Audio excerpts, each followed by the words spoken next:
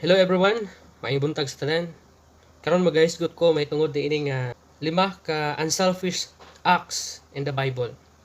Do you need a role model of unselfishness?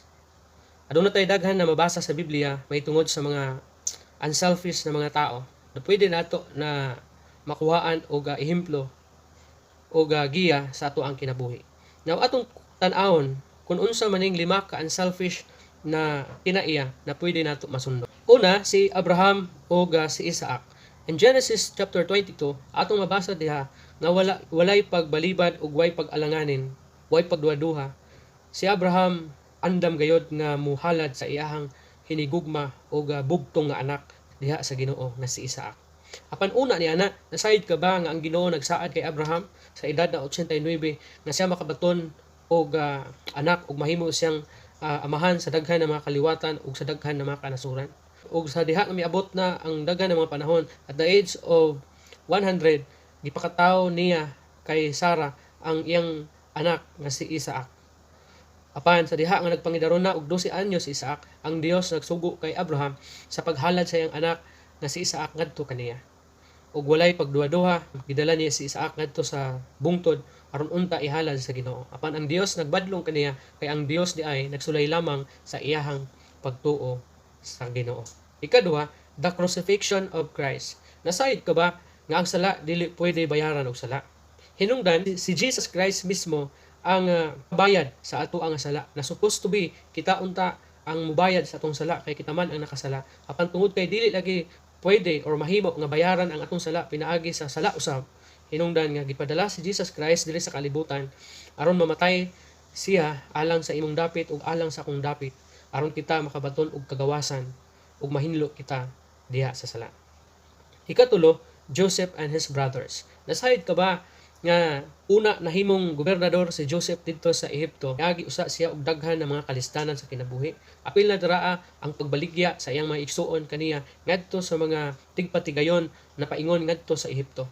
Ug sa diha nga gibaligya ngadto sa tigpatigayon, ang nagpatigayon usab gibaligya usab siya ngadto sa nasod sa Ehipto ug gihimo siyang ulipon dito ug wala lang diha natapos ang iyang mga pag-antos kinabuhi. Sa diha nga nahimo siyang pinialan sa panimalay ni Potiphar. Gipiyal ni Potiphar ang iyahang tibuok panimalay gawas lamang sa iyang asawa.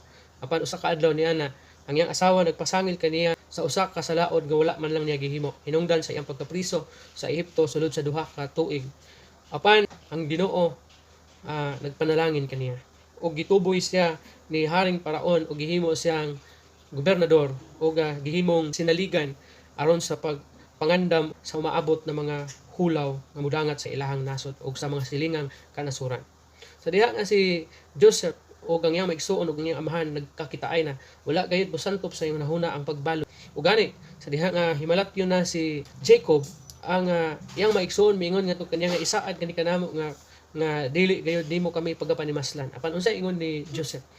Ingon niya nga kini nahitabo kay dunay katuyuan ang Ginoo aron sa pagluwas kaninyo og sa tibuok kanasuran sa Israel gikan sa dakong hulaw o sa dakong kagutom.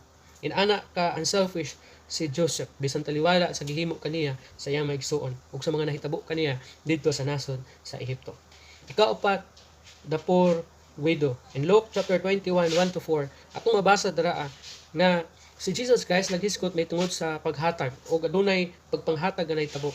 Apan ang babae nga usa ka byuda mikuot siya sa iyang bulsa ug ang iyang gihatag ang pinakagamay. Siguro 5 sentimos siguro tong iyang gikuot ug gihatag gibutang ngadto sa halaran. Apan si Jesus Christ nangutana, "Nasayod ba kamo kung kinsa ang gikahimot-an sa Ginoo?"